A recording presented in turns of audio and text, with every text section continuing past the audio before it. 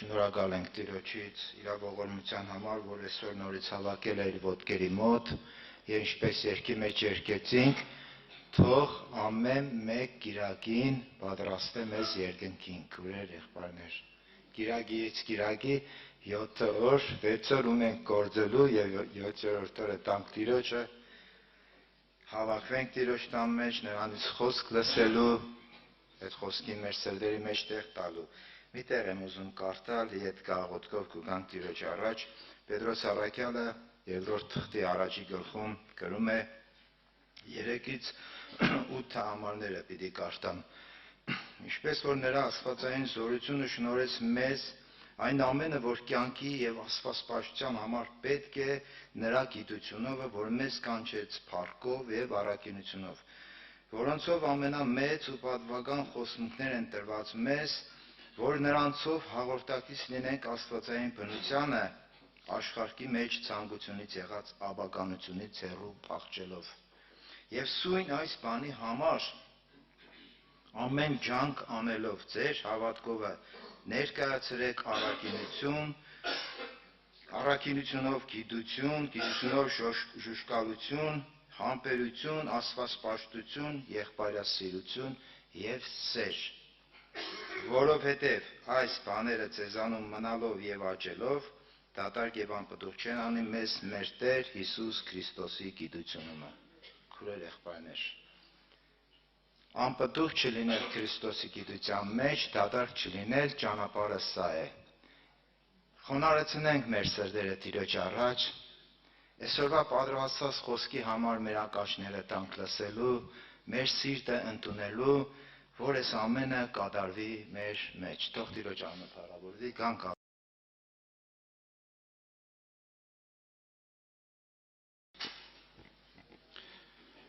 Թող Տիրոջ անունը փառավորվի, քույր եղբայրներ, շնորհակալ ենք Աստծուց այսօրվա համար, այս հնարավորության համար։ Սրտից տված է Աստվածաշնչից խոսալ մի պատմության մասին, ինքը կարճ հատված է նկարագրած, բայց իրականում ինքը կարելի է ասել կյանքի նկարագրությունն է, մեր կյանքի նկարագրությունը, թե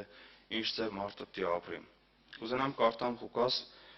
10-րդ գլուխ 38 հատվածը։ Այն հատվածն է, երբ որ Հիսուսը Մարտայի Մարիամի տուն կմտնի։ Երբ անոնք կեշտային ինք գյուղը մտավ եւ կինը Մարտա անունով Զանիկա իր տունը ընդունեց։ Հանիկա քույրը ուներ, որուն անունը Մարիամ էր, որ եկավ Հիսուսին ոտքերի քով նստավ, անոր խոսքերը մտիկ կներ։ Բայց Մարտա սպասավորությունով շատ զբաղված էր, եկավ անոր քով ուսավ. Տեր, քու հոգը չէ, որ իմ քույրս զիս մինակ թողու սպասավորության մեջ, ուստի ատոր ըսե, որ ինձի օգնե։ Պատասխան տվավ Հիսուս եւ ըսավ անոր. Մարտա, Մարտա, դու շատ բաներու համար հոգ ընելով կտագնապիս, բայց մեկ բան պետք է եւ Մարիամ այն աղեկ բաժինը ընտրեց, որ իր մեջ պիտի չառնվի։ Այս պատմությունը շատ ենք կարդացել, գիտենք անգիր, հետաքրքիր է հասկանալու համար այս պատմությունը։ Մի հատ մարդահայություն կա, երբ որ մենք շատ ենք լսել, բայց ես ուշադրություն չէի դարձրել իր բացատրության համար, երբ որ Մարտան կուկա Հիսուսին գսե Տեր քու հոգը չէ։ Ու այս արդահայտությունը մենք հիշենք նաև, երբ որ աշակերտները Հիսուսի հետ էին հալեկոծության ժամանակ, երբ որ Հիսուսը քնած էր, եկան արտասին քու հոգը չէ, գսե մենք կորսվինք։ Ում կկարտանք հասկանանք ինչի մասին է խոսքը, բայց հետաքրքիր է, երբ որ այս բառարանով կնայի ավելի խորը, ասեց ինչ կնշանակի, երբ որ Հիսուսին դիմեն ու գսեն քու հոգը չէ, որ այս ինչ բանը տեղի կունենա ու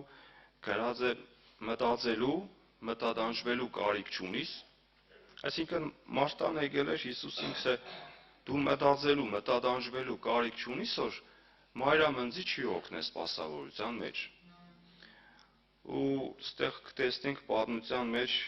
Հիսուսը ինչ պատասխան կուտա, որ գսե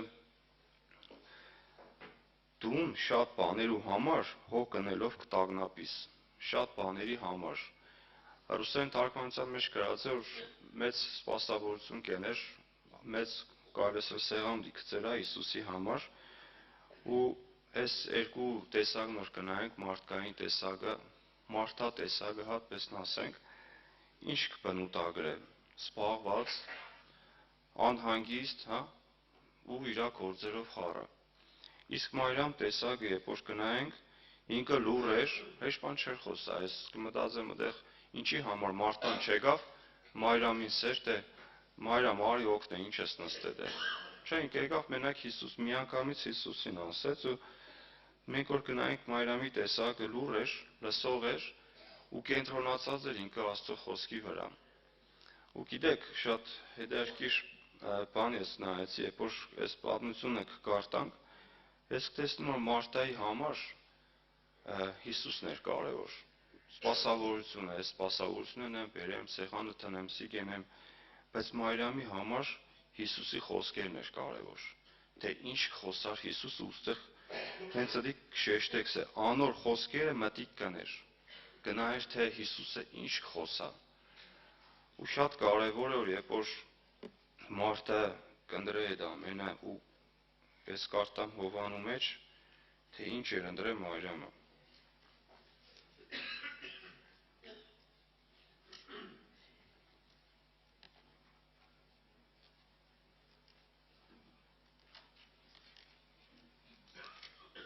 Հովանու 6:68-ի մեջ, երբ որ Հիսուսը աշակերտներին գսե։ Մեկը չի կնան ինձ իքար, եթե իմ հորմես տրված չլա անոր։ Այս պատճառով իր աշակերտներն շատեր ետ գացին եւ ալ իրեն հետ չեն պտտե։ Այն ատեն Հիսուս 12-ին երավ։ Միթե դուք ալ կուզեք երթալ։ Նայենք Սիմոն Պետրոսն ինչ պատասխանեց։ Սիմոն Պետրոս պատասխան տվավ անոր. Տեր, որու պիտի երթանք, դուն հայտնական կյանքի խոսքեր ունիս։ Մենք հավատացինք ու գիտանք, թե դու ես Քրիստոսը Աստծո որդին։ Այս բաժիններ ընտրեք որ եղբայրներ ջան Մարիամը ճիշտ է պետք էր այդ բային սպասավորությունը Հիսուսը եկել է իրանց տուն ինչ որ գործ դենե դի սպասավորությունն է ծառայությունն է բայց մի հատ ավելի կարևոր վիճակ կար Տիրոջ խոսքերը լսելու թե ինչ կսե ինչ խոսքեր կսե ինչ կքարոզե ինչ կսե Հիսուսը ու այդ աղեկ բաժիններ ընտրե Մարիամը Սվերջում Ռուսաստան ենք եղբայրներից մեկը եղբայրականի ժամանակ մի հատ հետաքրքիր բան սավետուղությամբ կմտածենք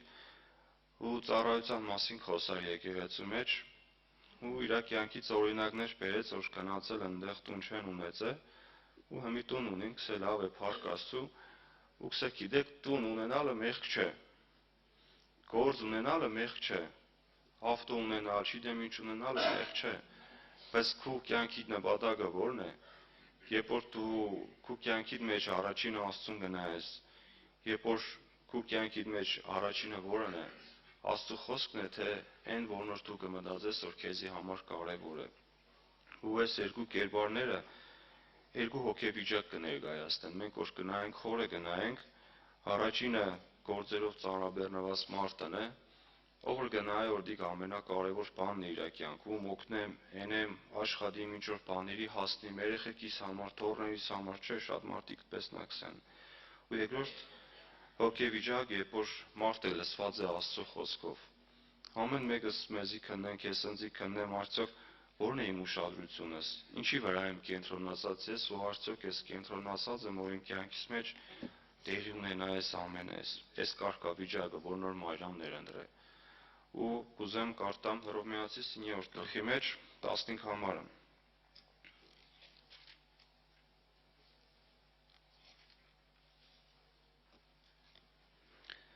Վասնզի Մովսեսին կսե, որը որ պիտի ողորմեմ, կողորմեմ, ու որը որ պիտի գթամ, կգթամ։ Ուրեմն մարդուն ուզել են կամ ճանկեն չէ, հապա Աստուծմե որ կողորմի։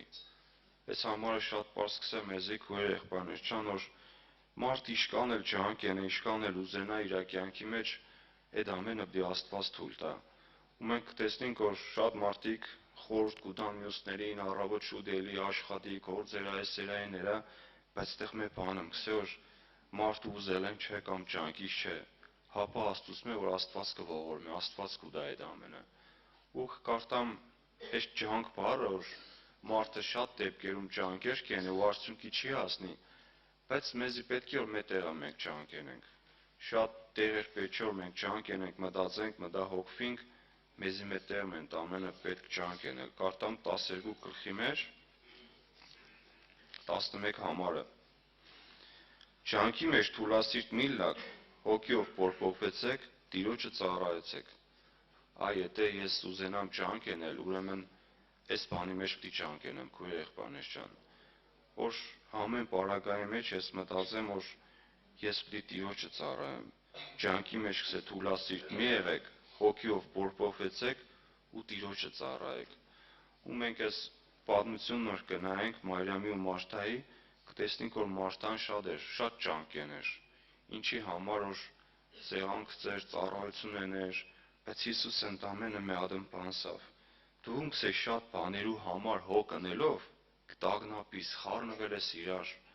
խառնվել ես, քու գործերդ սա խառնվել է իրար, չես հասկնա արդեն, ինչ կենես, ինչի համար կենես ու ինչ կենես։ Այդ ամենը պետք է, բայց մենք դեռ համար հոգ չպդենենք, մենք շուտի տագնապենք, քույր եղբայրներ ջան, բայց մեկ բան պետք է, եւ Մարիամ այն աղեկ բաժինը ընտրեց, որ իր մե պիտի չառնվի, ու այդտեղ գրած որ իրանից հավիդյան չպիտի առնվի։ Այս բանը մնայուն է, քույր եղբայրներ ջան։ Մարթա իրաց ծառայությունը կրնադեղ գնահատվիր, բայց կանցնիր կերտար այդ ամենը, բայց այն բաժինը, որ նոր ընտրել էր Մարիամը, իրանից հեշմար չպիտի կռանար, հեշմար չէր կռնա իրանից վերցներ։ Ես կուզեմ կարդամ Սաղմոս 46:10 համարը։ Հանդարտ է կեցեք ու գիտեք, թե ես եմ Աստված։ Ու ստեղ Աստված մեզի կորդորե, որ մեր կյանքի մեջ էլ մենք հանդարտ յանենք։ Շատ ժամանակ մենք տագնապինք, խառնվենք իրար, թե ինչը պիտի անի մեր կյանքի, ինչը պիտի առաջ տա, ինչով biz զբաղվենք, ինչ պիտի անենք, բայց մի բան մեզի գսի Աստված, որ հանդարտ կեցեք ու գիտեցեք, որ ես եմ Աստված։ Ձեր առաջից գսե ես պիտի էշտամ։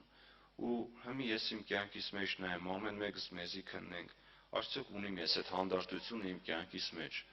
արդյոք ես հանգիստ եմ իմ կյանքիս վրով, արդյոք ես ամեն պարագայի մեջ հանձնվել եմ Աստծուն, թե չէ։ Սաղմոս 127-ի առաջի համարից սկսեմ. Եթե Տերը չշինե տունը, զուր տեղ կաշխատին անոր շինողները։ Եթե Տերը չպաշտպանե քաղաքը, զուր տեղ կհսկեն պահապանները։ Ինչքան կարևոր է, որ մենք այս խոսքը մենք մեր կյանքով հասկանանք, քույր եղբայրներ ջան, որ ամեն բանի մեջ Աստված է մեզի առաջնորդողը, ամեն բանի մեջ Աստված մեզի կտանի ու շատ բաների մեջ մենք չենք հասկանա, որ մենք այդ բանը իզուր կենենք։ Մենք չենք հասկանա, որ այդ բանի համար մենք անտեղի հոգ կենենք, անտեղի կտանջվենք, անտեղի ընկելենք ինչ-որ մի բանի հետևից։ Ու վերջում մեր կյանքի վերջում նոր կհասկանանք, որ ես ինչ բանը անտեղի էր, ես ինչ բանից արդյունքի չհասանք, ու շատ կարևոր է ոչ թե այդ ամենը մեզի համար զբաղմունք դառնա։ Աստծո խոսքը ոչ թե մեզի համար զբաղմունք դառնա, այլ կյանք դառնա, քույր եղբայրներ ջան։ Ու որ կնայենք այն բաժինը, որ նոր Մարիամ ընտրել էր, դիք իր համար կյանք դառավ։ Բայց երբ որ ինքը ուղղակի էր տարնստիր, կողքից էլ ծառայություն ուներ, խառը գործերով զբաղված յանիր, դիք իր համար զբաղմունք յանիր։ Ու ամեն մեկս մեզի քննենք ինչ հոգեվիճակով, ինչ կարգավիճակով կուկանք եկեղեցու, ինչ վիճակով կուկանք Աստծո ոտքերի առաջ։ Մենք տեսնենք իզուր չէ, գիտեք, ստեղ գրած, երբ որ Մարիամը գսե եկավ Հիսուսի ոտքերին քով նստավ։ Հիսուսի ոտների հեշմար չսավ իրան, արի դեղ նստի, դեղ լավ է։ Հեշմար իրան չուղեկցեց կամ հեշմար չբացատրեց, ինչի համար հենց այդպես տեղի ունեցավ, երբ որ եկավ ինքը Հիսուսի ոտքերի մոտ նստավ։ Դերից ապահով ես կարծեմ ինքը հեշ մտեղ չէր գտնի իր կյանքի մեջ։ Ու երբ որ քու կյանքիդ մեջ ամենակարևորը Աստծո խոսքն է, այլ արտաքին երևույթներին չես նայե։ Քեզի շատ բաների մեջ կռնա մեղադրեն, շատ բաների մեջ կռնա խոսանվեր, այդ ինչ որ Մարտան կուկա Հիսուսին գսե հոգը չէ, նա ինչ կենե, մի ադեմ չի կանձի, չի օգնե, բայց Մարիամին ես վստահ եմ, որ ընդհանրապես հեշման չէր հետաշկր այդեղ։ Մենակ հետաշկր Աստծո խոսքը, թե Հիսուս իրան ինչ կխոսա։ Մեր համար մեկ արտար ժողովողից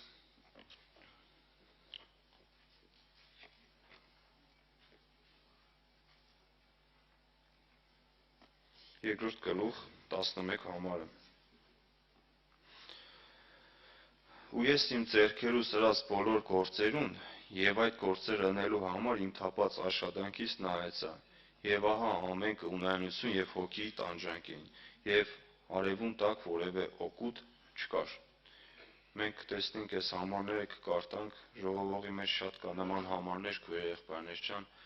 շատ կարևոր որ մենք հասկանանք, կրնանանք գնահատենք մեր ժամանակը, այն ժամանակը, որ նոր Աստված մեզի տվել է, այն կարգավիճակը, որ նոր Աստված մեզի տվել է, որ մենք մի կրնանք կանք ստեղ հանգիստ նստենք ու Աստծո խոսքը լսենք։ Թող Տիրոջ անունը փառավի, քույր եղբայրներ ջան։ Այս հատվածն որ մենք կկարտանք, ճիշտ է, ինքը շատ կարճ էր, ինքը, բայց մեր կյանքի էությունը կարա լսել կնկարագրե, թե մենք ինչ ձևի կմոտենանք Աստծուն, ինչ ձևի կմոտենանք Աստծո խոսքին, արդյոք մենք կրնանք ամեն բան թողնանք, գանք Հիսուսի ոտքերի տակ ու լսենք, թե Հիսուսը մեզ ինչ կսե, Աստված մեզ ինչ ունի պատրաստած։ Բայց ես նկատել եմ, երբ որ ես կուկամ հոգսերով, մտածում եմ կողին գործերով, չգիտեմ ինչով, հետո պաշտամունքից որ կելեմ, հասկանամ, որ ես հեշտան չեմ լսել, թեկուզ եւ ուշադիր լսել եմ, բայց հեշտան չեմ հասկացել։ Մեր չեղնի որ բարաբեղնի մեր կալը։ Թող Տիրոջ անունը փառավի, քույր եղբայրներ ջան, որ երբ որ Տիրոջ առաջ կուկանք, մեր սրտերը բացենք, ամեն բան թողանք, մեր հոգսերը, մեր դժվարությունները ու ինչ որ Մարիամի կյանքում տեղ ունեցավ, պես էլ մեր կյանքի մեջ տեղ ունենա, գուցե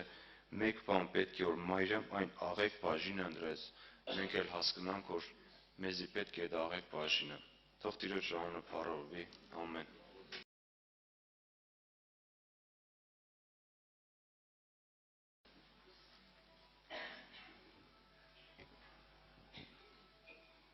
Մեր Տեր Հիսուս Քրիստոսի անունը փառավորվի,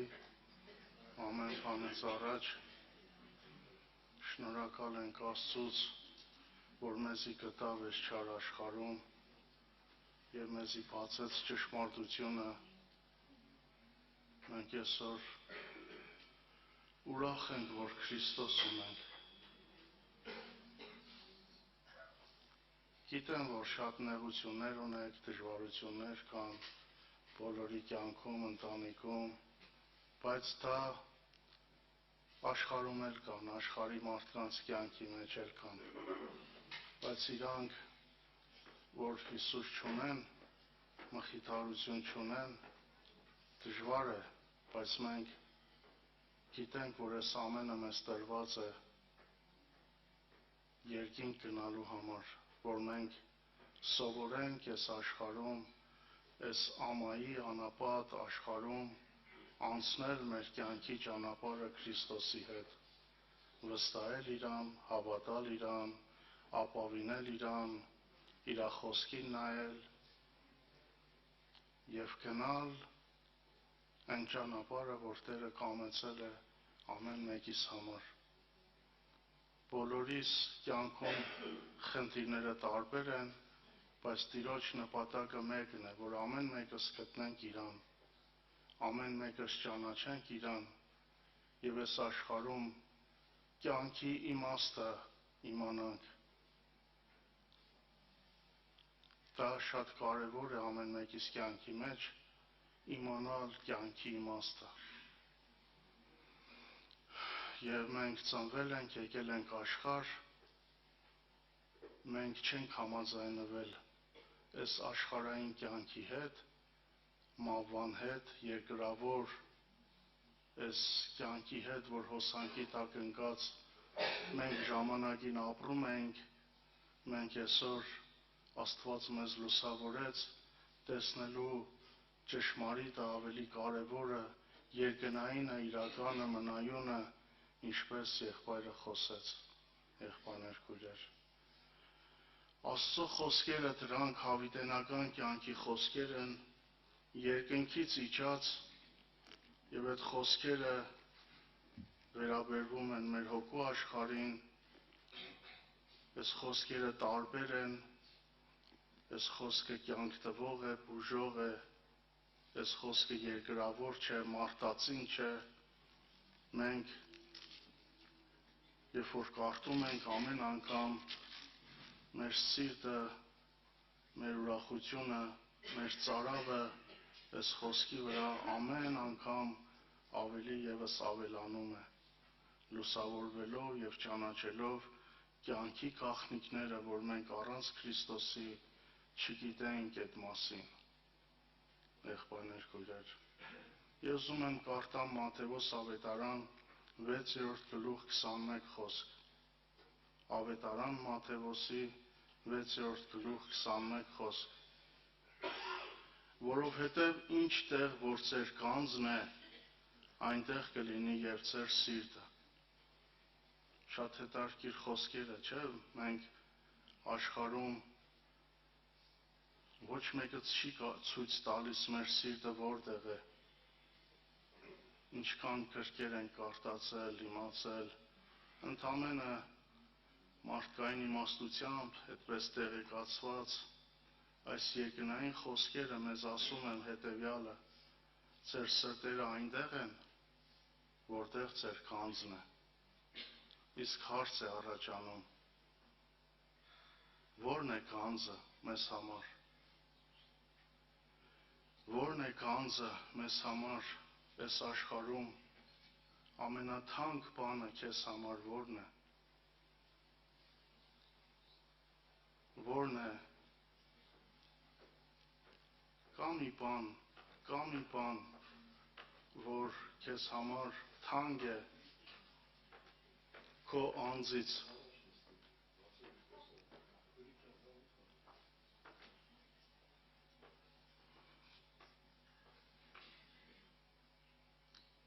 Մեր անձից թանկ մի բան կա, եղբայրներ, քույրեր։ Ո՞րն է թանկը մեզ համար։ Այս աշխարհում ինչն է թանկ քեզ համար։ Ո՞րն է գանձը։ Դու, ես, ինչպես կարող ենք տեսնել այս աշխարհում իրական գանձը։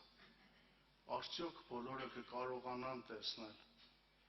Արդյոք բոլորին կբացվի, որտեղ այն գանձը, որ ավետարանը խոսում է, դա շոշափելի չէ, դա նյութական չէ, դա առարգա չէ, դա ոսկի ու արծաթ չէ։ Այդ գանձը ինչպես կարող ես դու, ես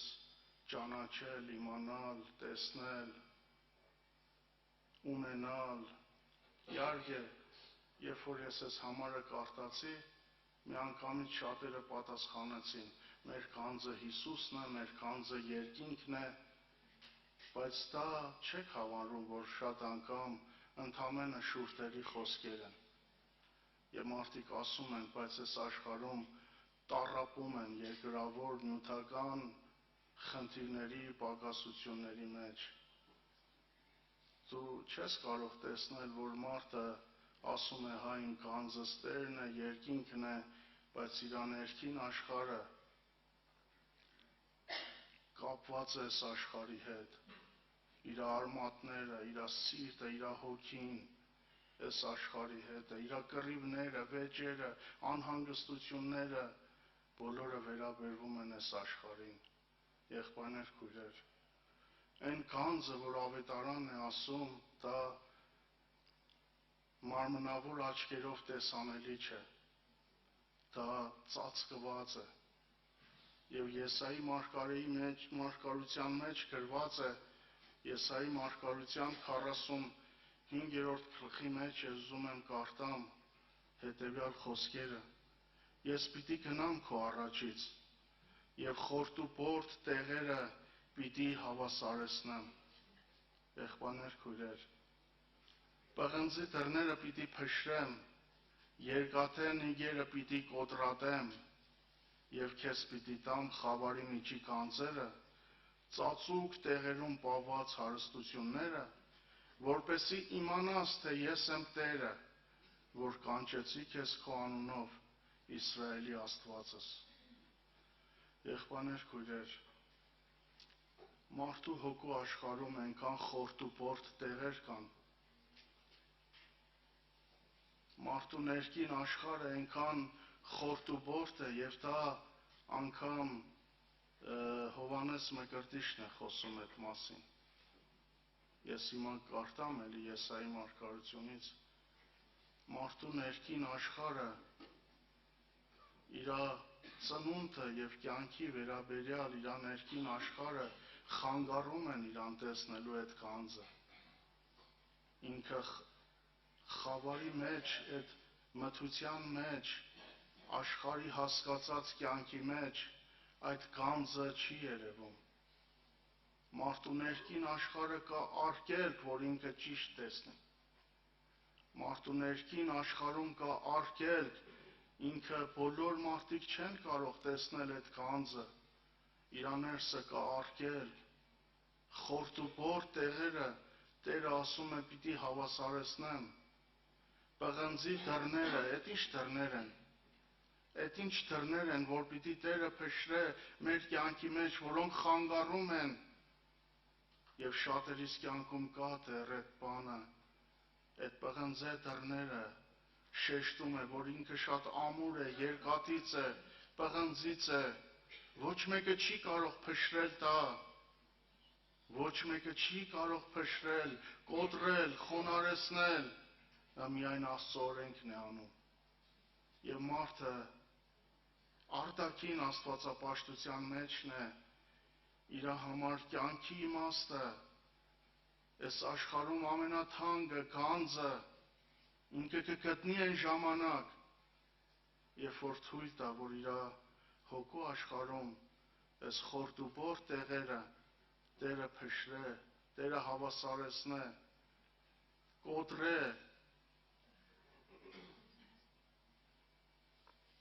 եւ դրա համար գրված է Եսայի մարգարության մեջ, Հովհաննես Մկրտիչն է ասում, չէ՞, եղբայրներ քույրեր։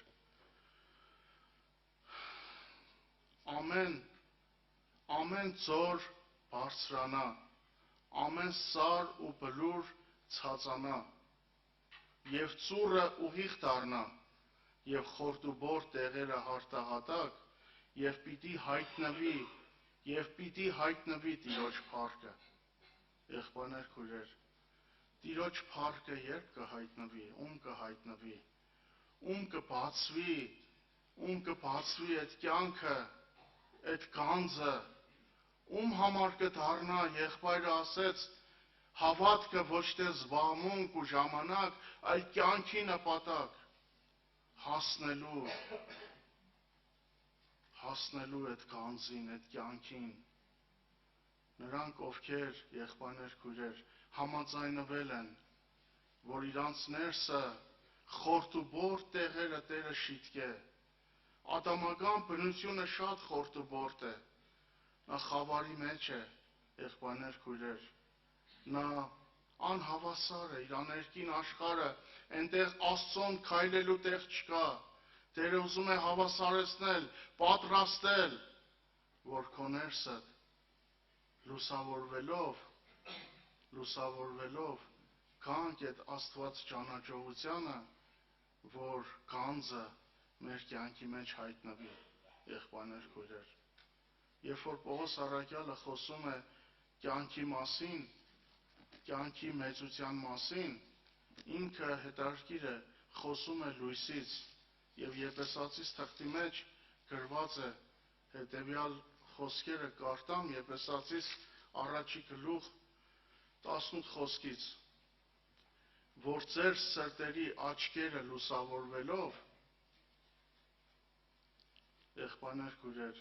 ձեր սրտերի աչքերը լուսավորվելով, գիտենաք, թե ինչ է նրա կոչումի հույսը եւ ինչ է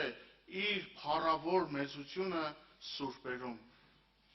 Իր ժառանգության փառավոր մեծությունը սուրբերում։ Եղբայրներ քույրեր, որպեսզի այս ժառանգության փառավոր մեծությունը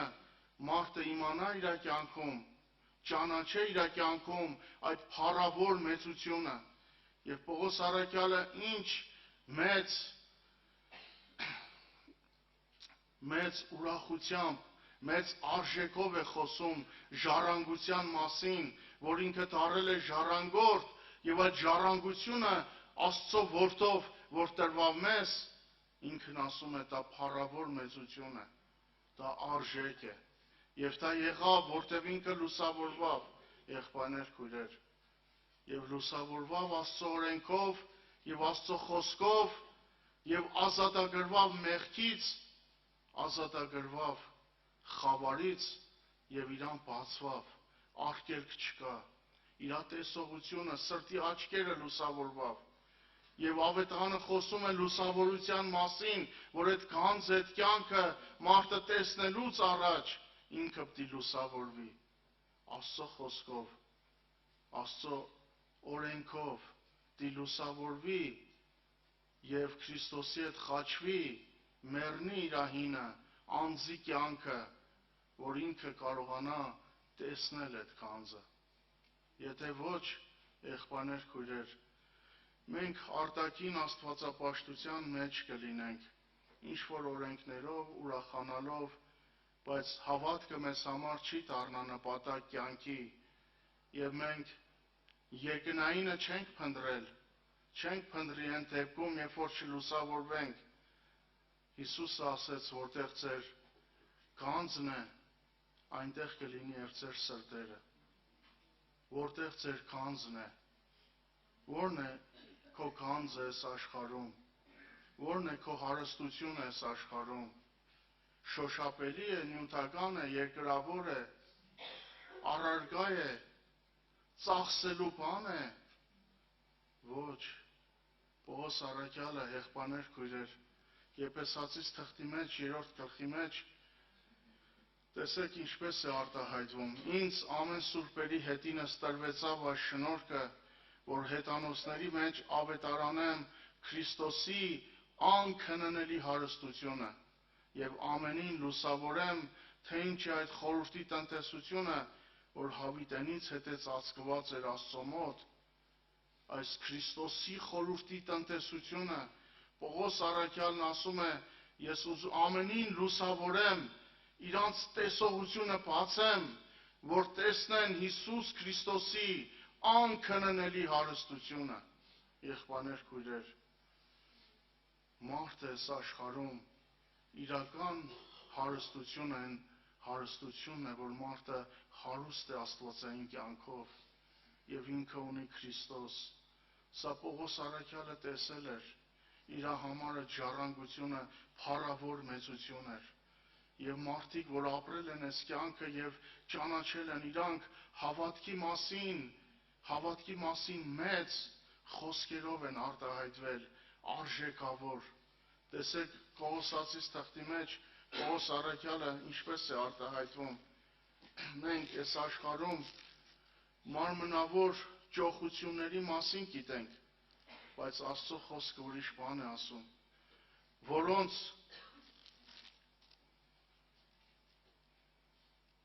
այն խորհուրդը, որ ծածկված էր, այս գանձը ծածկված էր, եղբայրներ, քույրեր, ավետարանի գանձը, կյանքը, դա ամեն մարդու չի հայտնվի, նա, որ չի ուզում լուսավորվել, նա, որ չի ուզում Հիսուսի իր առջևից գնա, նա, որ չի ուզում իր կարծրատիպը կյանքի վերաբերյալ կոտրվի, երկաթե նիգերը, պղնձե նիգերը, նա, որ չի ուզում կոտրվի, խոնարհվի Աստծո խոսքի առաջ, նա, որ չի ուզում աշխարհի կյանքից հրաժարվի, նա, որ չի ուզում իր փառքից, եսից, ադամական բնությունից հրաժարվի, իրան այս կյանքը չի բացվի, եղբայրներ, քույրեր, ինքը կմնա այդ նույն հավատքին, աղքատի կյանքի մեջ մտածելով, չգիտեմ, դժգոհելով, դրա համար մարդու հոգևոր կյանքը փոխվում է Աստված ճանաչողության մեջ, Քրիստոսի խորհուրդը ճանաչող մարդը դա ուրիշ մարդ է, ինքը գոհ է, որտեղ ինքը Քրիստոս ունի, իր ունեցած այս աշխարհից վեր է, իր անձից վեր է, այդ ծածուկ իմաստությունը, այդ ծածուկ խորհուրդը Քրիստոսի, ում որ բացվում է, ինքը այս աշխարհի ամենահարուստ մարդն է, ինքը Քրիստոս ունի, իր հարստությունը մնայուն է, իր հարստությունը մահին հաղթել է, իր հարստությունը մեռել ու հարություն է առել Քրիստոսը եւ հավիտյան կենդանի է, նա մտածելու, տրտմելու, տխրելու, աշխարհի հետ համեմատվելու, մրցելու ոչինչ չունի, ուրիշ մրցանակ ունի ինքը։ Իր մրցանակը այս աշխարհում չէ։ Շատերս ասում ենք, բայց չենք ապրում։ Բերեք անկեղծ խոսենք։ Եղբայր ջան, բայց մենք շատերս ասում ենք մեր մրցանակը, դու այսօր ապրում ես, Դու այսօր վասկի կյանքի մրցման մեջ ես, ունես քեզ տրված 70-80 տարի, որ պիտի տնես ինչ-որ բան ստանալու մեջ, առնելու մեջ, և ինչի մեջ ես տնում քո կյանքը, որը որ քեզ համար գանձ է, որը որ քեզ համար կյանք է, դու դրա համար ես տրվում, միգուցե փառք է, իշխանություն է, պաշտոն է, հարստություն է, աշխարհն է, նյութական է, առարկա է, չգիտեմ, որը որ քեզ համար գանձ է, դու ես աշխարհում ապրում ես դրա համար, սիրտդ ու հոգիդ դնելու ես, գնալու ես, վազելու ես, նպատակ ես դարձնելու, հասնելու, ինչպես շատեր այսօր, հոգսեր, խնդիրներ, եղբայրը ասեց, հոգսեր, խնդիրներ, պրոբլեմներ, լուծումներ, աշխարհ, առողջություն, չգիտեմ, և երբ որ դու այդ կյանքը, երբ որ բացվում է քեզ, այս երկրագնդի վրա, ոչինչ անհանգստություն չի կարող քեզ պատճառել այնքան, որքան այդ կյանքին հասնելը, երբ որ այդ կյանքը բացվում է քեզ, այս աշխարհը չի կարող խանգարել, որտև դա հոգով ես ցկտելու հասնել, դա առողջության խնդիր չէ, ֆիզիկական ինչ-որ կարողության խնդիր չէ, քո հոգիդ է անցնում այս ճանապարհը, քո նպատակդ, ներքին աշխարհդ, Պողոս առաքյալը ամեն ինչ դրել էր, և այս խոսքն է ասում, այն խորհուրդը, որ ծածկված էր հավիտենից և թարերից, իսկ հիմա հայտնվեցավ իր սուրբերին, այս խորհուրդը բոլորին չի հայտնվում, աշխարհում բոլորն են հավատքից խոսում, աշխարհում բոլորը ունեն ավետարան, բոլորը ունեն Աստվածաշունչ, բայց Աստծո խոսքն ասում է այս խորհուրդը հայտնվավ իր սուրբերին, որոնք առանձնացված են Աստծո համար և իրանք պատկանում են Քրիստոսին և իրանք տվել են, հանձնվել են, որպեսզի այդ կյանքը բացվի և բոլորին չի բացվում, իրանք սուրբերին է բացվում, որոնք աշխարհինը չեն, որոնք աշխարհը համարում են աշխարհի կյանքը շատ ցածր կյանք Քրիստոսի կյանքի դիմաց, որոնք աշխարհը աղբ են համարում և իրանք մերժել են աշխարհը և տրվել են Աստծուն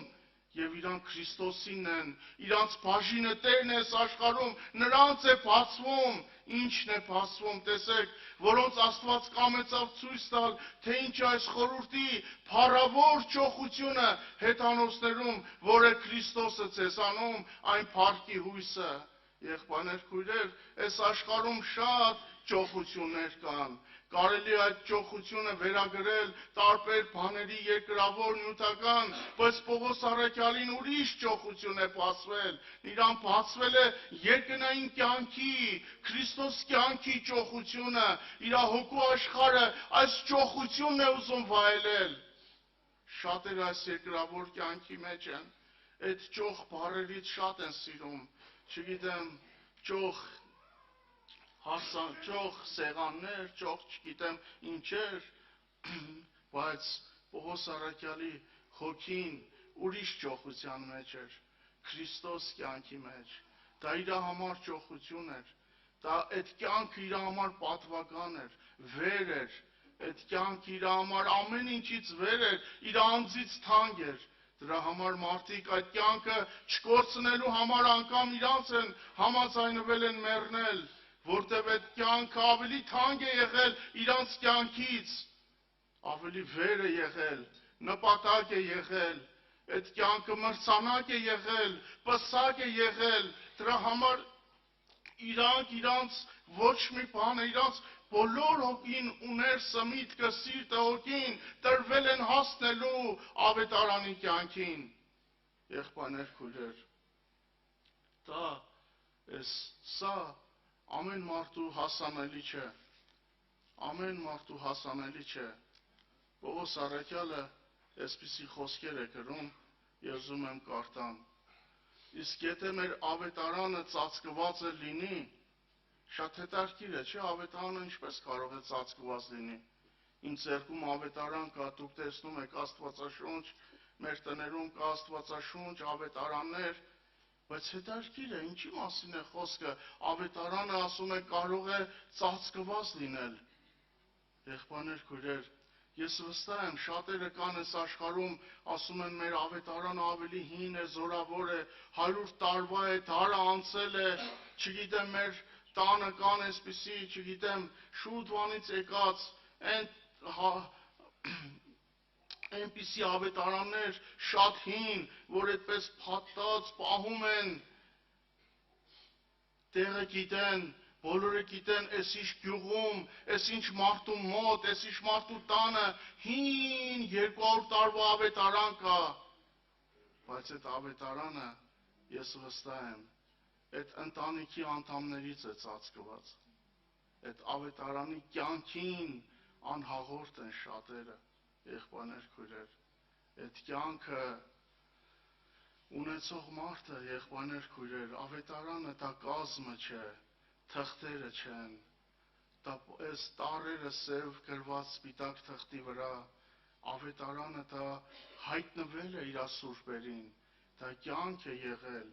ավետարանը ծածկված է եղել կորածների մեջ, եթե մեր ավետարանը ծածկված լինի, նա կորածների մեջ է ծածկված,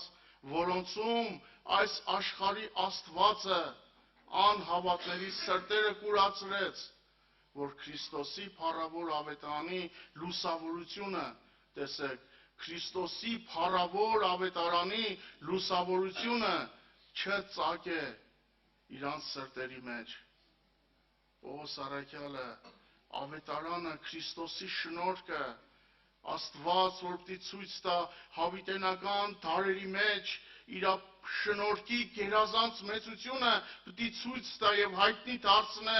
իր որդու միջոցով, եղբայրներ, քույրեր, ավետարանը ծածկված է կորածների մեջ, որոնց սրտերը սատանան կուրացրեց, այս աշխարհի Աստվածը փոքրատառով գրված է։ Գիտեք ինչի, որտեղ մարդիկ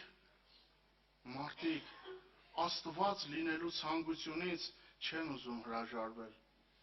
Դրանց մոտ ծածկված է ավետարանը։ Մարդիկ, որ իրանք են ուզում լինել Աստված, փոքրատառ Աստված, իրանց փառքով, իրանց եսով, իրանց հասկացած կյանքով, անխախտելի իմաստությամբ, իրանք, որ չեն ուզում կոտրվել Աստծո առաջ, տերությունը անարգում են, չեն ուզում տեր ունենալ իրանց գլխին, Աստված ունենալ, նրանք, ովքեր այդ Աստված լինելու ցանկությունը դեռ իրանց մեջ կա, իրանց մեջ այդ սատանան կուրացրել է, իրանք չեն կարող լուսավորվել, որտև արգելք կա, բոլորին չի բացվի այս կյանքը, այն մարդիկ, ովքեր չեն ուզում Քրիստոսի հետ խաչվել, այս աշխարհի սկզբունքներից մեռնել, իրանց երկնային կյանքը չի բացվի, իրանք կհավանեն, ավետարանը լավ բան է, լավ են, եղբայրները լավ են, այնպես լավ մարդիկ են, այնպես լավ տեղ են գնում, շատ բարեհոր, համբյուր ժողովուրդ են, սիրով մեզ ընդունում են, շփվում ենք, հաղորդացում ենք, ընկերություն ենք անում, դա լավ է, բայց ավետարանը, եղբայրներ, քույրեր, երկնքից իջած կյանքը, դա Պողոս առաքյալի համար փառքի ճոխություն էր եւ փառավոր մեծություն, դա անքննելի հարստություն, դա իրան բացվել էր այդ երկնային կյանքը, ինքը իրան տրվել էր, ինքը եղբայրներ, քույրեր, այն առաջի Կորինթացիս թղթի մեջ, առաջի գլխի մեջ տեսեք ինչ է ասում, որովհետև խաչի խոսքը կորածների համար հիմարություն է, բայց մեզ փրկվածներիս համար Աստծո զորությունն է։ Դա նույն խոսքն է, բայց նույն խոսքը կորածների համար հիմարություն է, բայց մեզ փրկվածներիս համար։ Պողոս առաքյալը ինչի է ներկա ժամանակում խոսում փրկության մասին, ասում է մեզ, չէ որտեղ Հիսուսը երկրորդ անգամ չէր եկել, չէ որ Հիսուսը դեռ իրան երկինքը չէր տարել, թե որ երկրորդ անգամ չէր հայտնվել, շատերը մտածում են, փրկությունը մեզանից շատ հեռու է, փրկությունը այն ժամանակ կլինի, երբ որ Տերը կգա, Պողոս առաքյալն ինչի ասում, բայց մեզ փրկվածներիս համար ավետարանը, խաչի խոսքը Աստծո զորությունն է, որտեղ Պողոս առաքյալին ավետարանը փրկել էր մեղքից։ Նա առաջ մարդը պիտի մեղքից փրկվի, նա փրկվել էր սատանայի իշխանությունից, խավարից, մեղքից, այս խավար աշխարհից, ինքը մեղքից տրկությունից փրկվել էր։ Ներկա աշխարհում Քրիստոսի գործը ներկայի կյանքի մեջ իրա մեջ գործել էր եւ ինքը փրկվելով մեղքից խաչի խոսքը իր համար Աստծո զորությունն էր։ Սա բոլորի համար չէ։ Նույն խոսքը մեկի համար հիմարություն է, մեկի համար կյանքի զորություն։ Եվ խոսքը չէ մեղավոր։ Խաչի խոսքը ինքը նույնն է, բայց խոսքը զորություն չունի անհավատության մեջ, ովքեր դեռս աշխարհի կյանքին են հավատում։ Իրանց ներքին աշխարհը շատ խորտ ու բորտ է, շատ մեղքերով, աշխարհային հոգսերով, զբաղմունքներով, երկրավոր կյանքով ծանրացած այդ մարդուն, եղբայրներ, քույրեր, դժվար է ցույց տալ։ Պողոս առաքյալը ասեց. ուզում եմ ամենին լուսավորեմ։ Տերը թող օրհնե ձեզ։ Պետրոսից, որպիսի երկու առաքյալի վկայությունը ավելի խորը որ հաստատվի, Պետրոսից կարդամ, թե ինչպես է ինքը արտահայտվում հավատքի համար, եղբայրներ, քույրեր։ Երկրորդ Պետրոս առաջի գլուխ, առաջի խոսք այսպես է սկսվում. Շմավոն Պետրոս, Հիսուս Քրիստոսի ծառա եւ առաքյալ,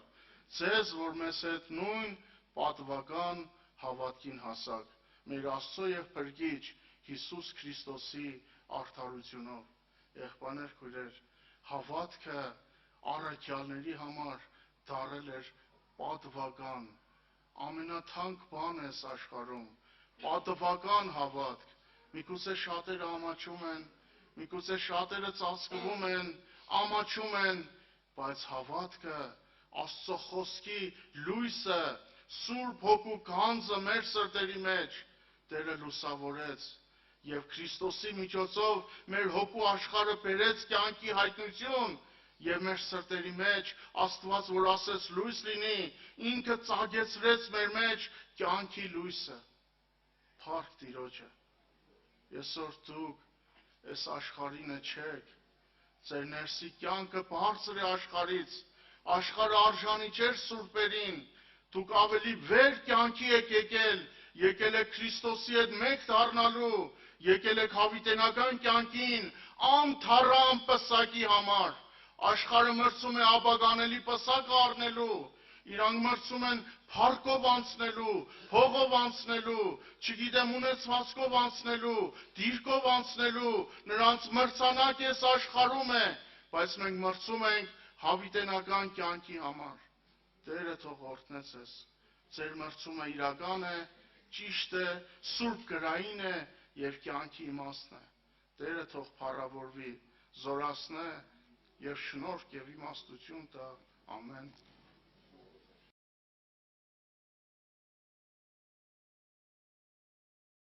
Նախքան մտքին անցնել ուղղակի ուզում եմ հետևյալը ասել, եղբայրը որ խոսեց կանցի մասին։ Այսօր մարդու համար ամենաթանկ բանը ինչ է։ Ինչու համար մարդը տանջվում, խնդիր ունենում կյանքի մեջ պրոբլեմ, դժվարություն, կռիվ։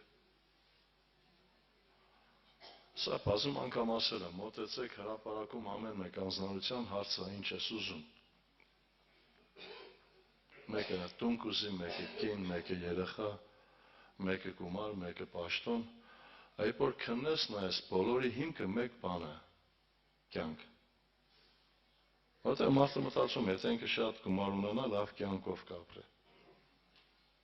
Եթե տուն ունենա, լավ կյանքով կապրի։ Քուրս չեն, եղբայրներ չեն։ Երկրորդ օրինաց 30-ի 10-ին համարը, սա անկիր գիտեք շատերը գրված է հետևյալը. այսօր երկինք եւ երկիր վկա եմ կանչում, կյանք եւ մահ, օրհնություն եւ անեծք ձեր առաջը դրի։ Եվ հորդորում է ասելով հետևյալը. ուրեմն կյանք ընտրիր, որ ապրես դու եւ քո սերունդը։ Հիսուսը առաջարկում է կյանք։ Ինչպիսի։ Հիսուսի առաջարկած կյանքը հավիտենականն է։ Այսօր Աստված ուզում է, որ ես եւ դու ապրենք այդ հավիտենական կյանքով։ Ուշադրություն դարձեք հոբը ինչ միտք է ասում մեզ։ Այսինքն Եգիպտոս թեմանացին խոսում է հոբի հետ ասելով հետևյալը. Միթե մարդը սասո համար օգտակար է, այլ միայն իրեն օգտակար խելացին։ Ամենակարողի հաճությունը կլինի, եթե արտալնես կամ մեկշա, եթե քո ճանապարհները ուղիղ անես։ Այսինքն Աստված կամենում է, որ ես եւ դու ունենանք հավիտենական կյանք։ Եվ ուշադրություն դարձրեք, Եղիուսը խոսում է հոբի հետ, հետևյալ միտքը ասելով 35-ի 6-7 համարներն է։ Եթե դու մեղանչես նրան, թե ինչ արած կլինես, եւ կանոնությունը որ շատանա, նրան ինչ կանես։ Կամ եթե արտար լինես, ինչ կտաս նրան, կամ նա ինչ կառնի քո ձեռքիցը։ Քուրս ջան, եղբայրներ ջան։ Այսօր ամենամեծ գանձը հավիտենական կյանքն է։ Այսօր մեր կռիվը հենց սրա վրա է։ Երբ որ մենք կարդում ենք Սուրբ Գրքի մեջ Մատթեոս ավետարան 13-րդ գլուխ, հիշում եք, այնտեղ Տեր Հիսուս Քրիստոսը առայք է պատմում երկինքի առկայության վրա, ինչ է ասում։ Գրված է. Դարձյալ նման է երկինքի առկայությունը մի վաճառական մարդի, որ գեղեցիկ մարգարիտներ է որոնում, որ մի թանկագին մարգարիտ գտնելով գնաց ամեն ինչ որ ուներ, ծախեց եւ առավ նրան։ Այդ մարգարիտը հավիտենական կյանքն է, որ բարփակված է Քրիստոսի մեջ։ Սիրելի եղբայր, քույր, այսօր ուղղակի խնդրանքս հետևյալն է, որ ես եւ դու կարողանանք սա մտածել։ Շատ անգամ այդ վկայությունը տվել եմ։ Բաժանախիս տղան Երևանում էր ապրում, Վարչով իրենց հարևանը մեծահարուստ անձնավորության մայր էր։ Եվ ամեն անգամ, երբ որ գալիս է սուրճ խմելու, բարձրանում է, մեքենա ունենք, բնակարաններ ունենք, էս ունենք, այն ունենք։ Եվ ամեն անգամ նույն պատմությունը։ Եվ հետաքրքիր է, ինչն է իրեն լրացել։ Երբ որ նորից հաջորդ օրը գալիս է սուրճ խմելու, սկսում է նորից ասել, էս ունենք, այն ունենք, բաժանախիս տղան ինչ ասում, զատո մենք ջահել ենք, երիտասարդ ենք։ Այսինքն մարդու համար ամենաթանկ բանը կյանքն է։ Քուրս եղբայրս, այսօր մեր առաջի խնդիրը պիտի լինի հետևյալը, որ մենք ունենանք հավիտենական կյանք։ Աստված սրա համար է։ Հարց եմ տալիս, եթե չկա հավիտենական կյանք, որն է հավատքի եւ դավանանքի պաշտամունքի նպատակը։ Թող Տեր օգնական լինի մեզ ամեն մեկիս եւ ողորմությունը։ Այսօր սրտից դրված է խոսել մեկ հարցի շուրջ։ Եղբայրներ, քույրեր, եւ կուզեի, որպեսզի մենք լուրջ ուշադրություն դարձնենք այս խոսքերին։ Երբ որ մենք կարդում ենք ամենակալ Տիրոջ խոսքը, ամենակալ Աստված ամեն բարակաների մեջ շատ պարզ խոսում մեզ ամեն մեկից ցույց է տալիս այդ ճանապարհը դեպի հավիտենություն։ Ուղղակի այստեղ ամենամեծ խնդրեմ հետևյալն է, որ մենք կամ կասկածում ենք, կամ թերհավատ ենք,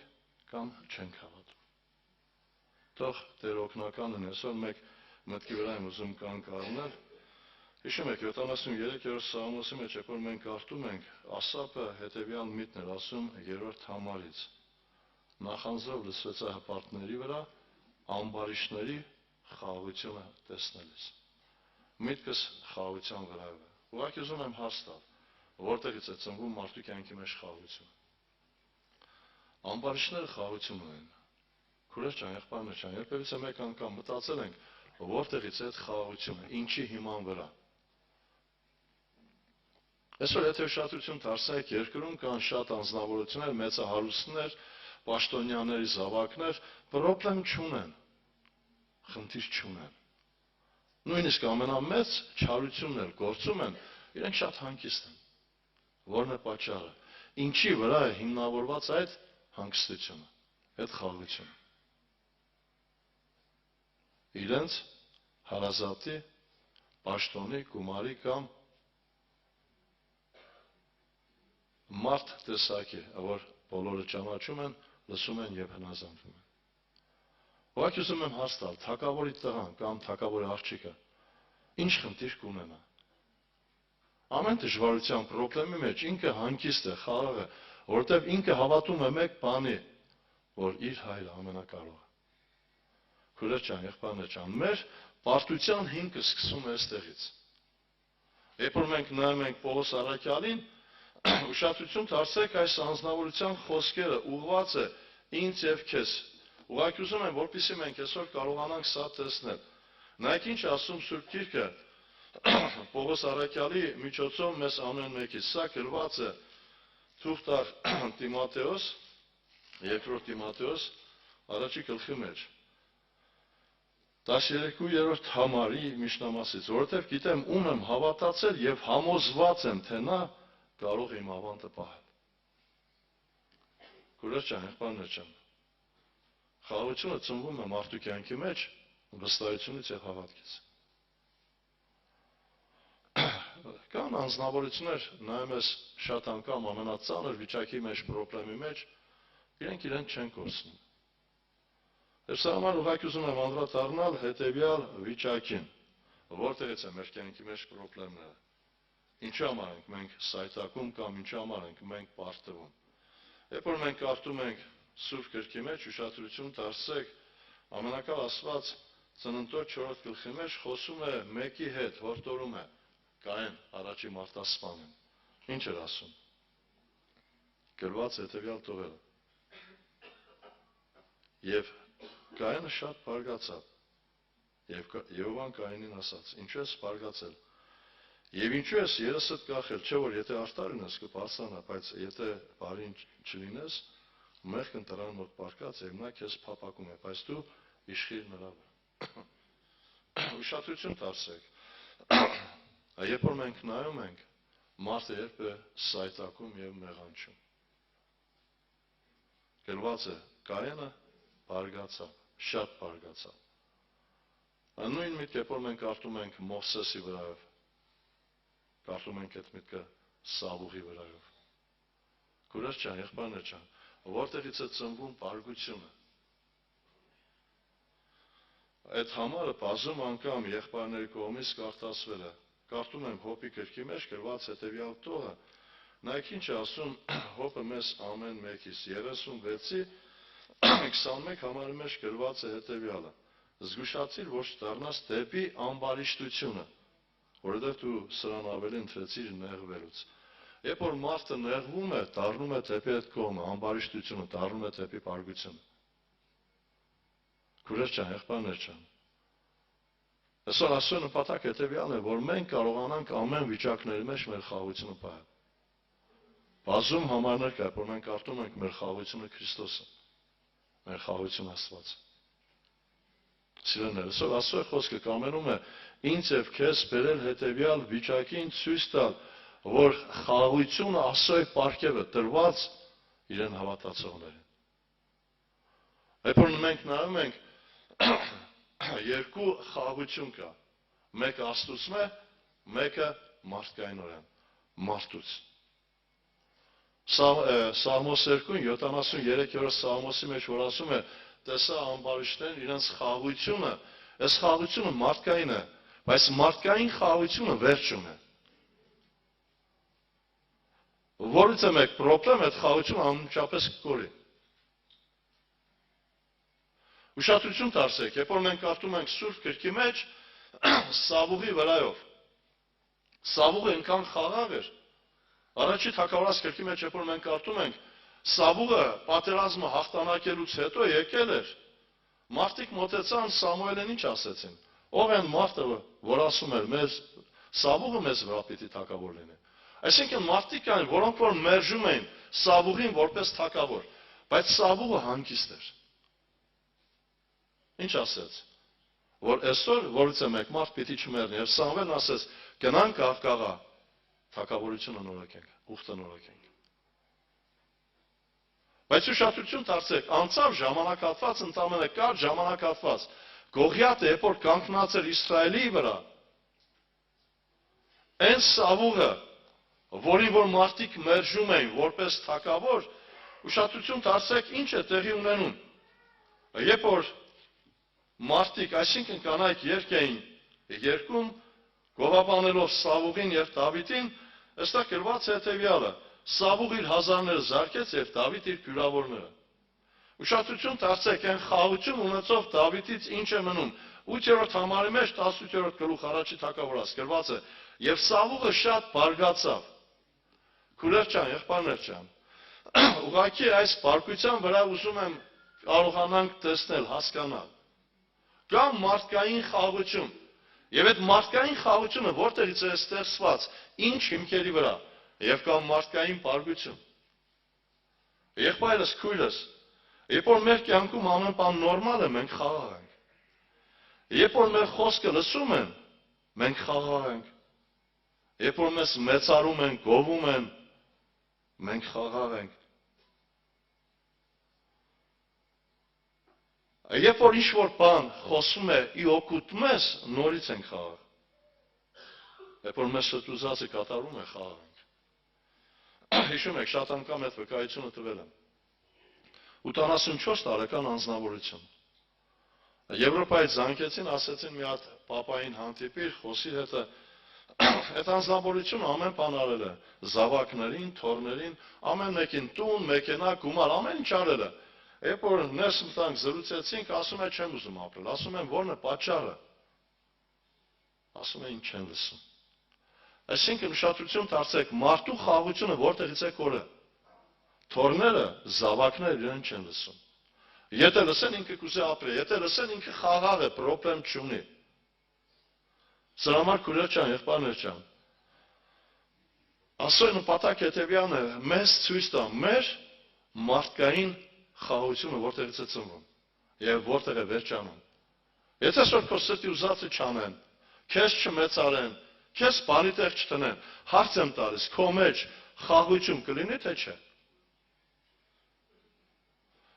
Ուշադրություն դարձեք, բազում անգամ այս մարդկանց օրինակ է բերվում։ Միսակ Սեդրակ Ապետնակով խաղաղ էին թե չէ։ Դանիել խաղաղ էր թե չէ։ Պետրոս Արաքյալ, Գործք Արաքելոս 12-րդ գլուխ 6-րդ համար, երբ որ մենք կարդանք, այնտեղ գրված է. հաջորդ օրը Պետրոսին պիտի սպանեն, բայց Պետրոսը խաղաղ էր, քնած էր։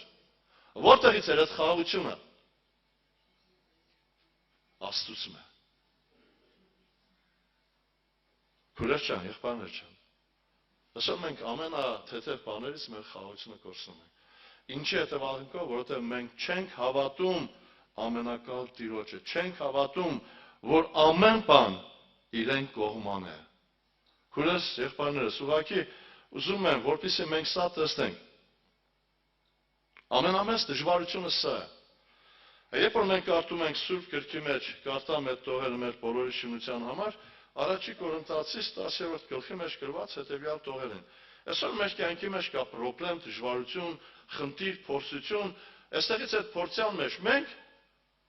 կանգնում ենք մի հատ փաստի առաջ, կորցնում ենք մեր խաղաղությունը։ Գրված է. Ձեզ ուրիշ փորձություն չի պատահել, բացի մարդկային փորձությունից։ Բայց Աստված հավատարիմ է, որ չի թողնի ձեզ ձեր կարողությունից վեր փորձվել, այլ փորձյան հետ երկն է կպատրաստի, որ կարողանաք համբերել։ Հիմա հարց եմ տալիս, այդ փորձությունները որտեղից են գալիս մեր վրա։ Երեմիայի ողբի մեջ, երբ որ մենք կարդում ենք 3-րդ գլուխ 37 համարի մեջ գրված է. ով է նա, որ ասի եւ կատարվի, եթե Տերը չի հրամայել։ Այսինքն հրամայողն ով է։ Հոբի կյանքում այդ խնդիրները որտեղից առաջացան։ Եթե Աստված ցանկը չբացեր, հակառակորդ իրավունք ուներ մոտենալու հոբին։ Իհարկե ոչ։ Ուշադրություն դարձեք։ Երկրորդ օրինաց 8-րդ գլխի մեջ գրված է հետևյալը, երկրորդ համարից երբ որ կարդանք, Տերն ինչ ասում, այս 40 տարիների մեջ քեզ անապատի մեջ փորձեցի։ Որն է փորձության հիմքը։ Գրված է այնտեղ հետևյալը, որ ձեր սրտի միջինը իմանամ, որ ձեզ հասնեմ այն վիճակի, որ հավատակ, ոչ միայն հացով կապրե մարդ, այլ ամեն խոսքով, որ դուրս է գալիս Աստծո բերանից։ Եվ այսօր ամենակալ Աստված այս նեղություններ, խնդիրներ, երբ որ բերում է, կամենում է ցույց տալ մեր հավատքի չափը։ Իշկյան անգամ մեջ բերում եմ արել 4-րդ թագավորաց գրքի մեջ գրված այս կնոջ վրայով։ Խոսքը սանումացի կնոջ մասին է։ Ուշադրություն դարձեք։ Երեխան մահացել է։ Ամուսնուն չի ասում, դնում է մարգարե սենակի մեջ մարգարե անկոնու վրա, դուրը կողպում է, ամուսնուն ասում է մի հատ ծառային էշետ ուղարկիր։ Ասում ինչի համար ուղարկեմ, ոչ շաբաթ է, ոչ ամսագլուխ։ Ինչ ասեց, հանգիստ եղե։ Հետաքրքիր է, կնոջ մեջ այդ հանգստությունը որտեղից է։ Որտեղից է խաղաղությունը։ Այսօր մեր կյանքի մեջ ընդամենը մի հատ փոքր խնդիր է ստեղծում, մենք մեր խաղաղությունը կորսում ենք։ Սիրելի քույրս, եղբայրս, Աստված այսօր ուզում է, որ ես եւ դու կարողանանք սա տեսնել։ Նորից անդրադառնում եմ Ասապին, Ասապ խաղաղությունը կորսրել էր։ Ինչու հիման վրա, որովհետեւ իրեն սրտի ուզածը, իրեն պատկերացումը մարդկային չի կատարվել։ Քիչ է մնացել ոտքերս ծրվել, բան չի մնացել գնաց սկսա։ Ինչի։ Նախանձով լցված հպարտների վրա ամբարիշները խաղաղությունը տեսնես։ Նրանք ցավ չունեն միջև իրենց նրանց մարմինը փափուկ է, ուրիշ մարդկանց հետ չեն տանջվում, հաջողակ են աշխարհքումս, սա դարձավ միջոց, որ ամենակալ Աստված ցույց տար Ասապի մեջ այդ վիճակը։ Այսօր քույրս, եղբայրս, եթե ես եւ դու հավատանք, որ ամեն ինչի հեղինակը Աստված է, մենք պրոբլեմ չենք ունենա։ Ուշադրություն դարձեք, Եսայի մարգարության 45-ի մեջ կարդում եմ 6-7 համարներ, ինչ ասում։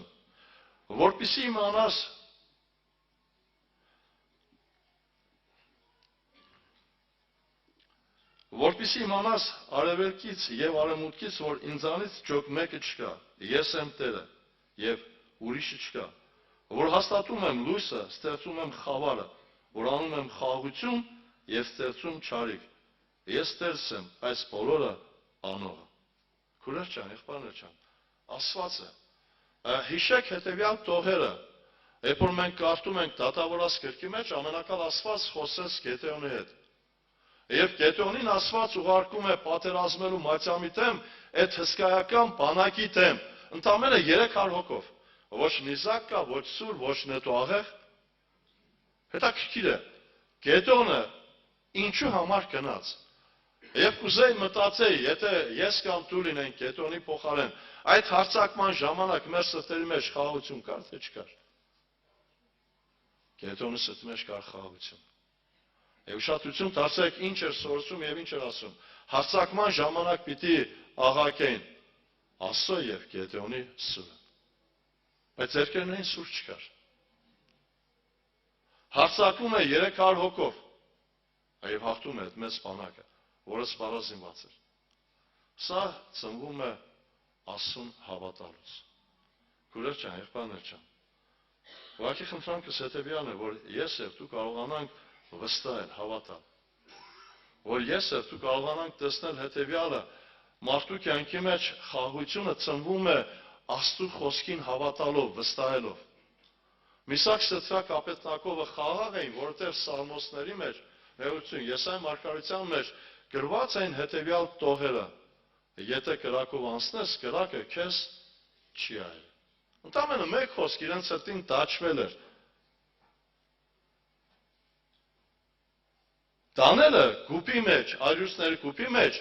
ուներ հետևյալ հավատամքը, սալմոսների մեջ գրված է։ Իր հրեշտակներին կհրամայ եւ իրեն կպահեն։ Այսօր քույրս եղբայրս, Աստված ուզում է, որ ես եւ դու վստահենք իրեն։ Եվ Աստծո նպատակը սա է, որ մենք միշտ հետևենք, գնանք այդ խաղաղության։ 37 Սալմոսի 37 համար, եթե կարդանք, նայեք ինչ է հորդորում մեզ Սալմոս 2-ում։ Սալմոս 37-ի 37 համարի մեջ գրված է հետևյալ տողերը։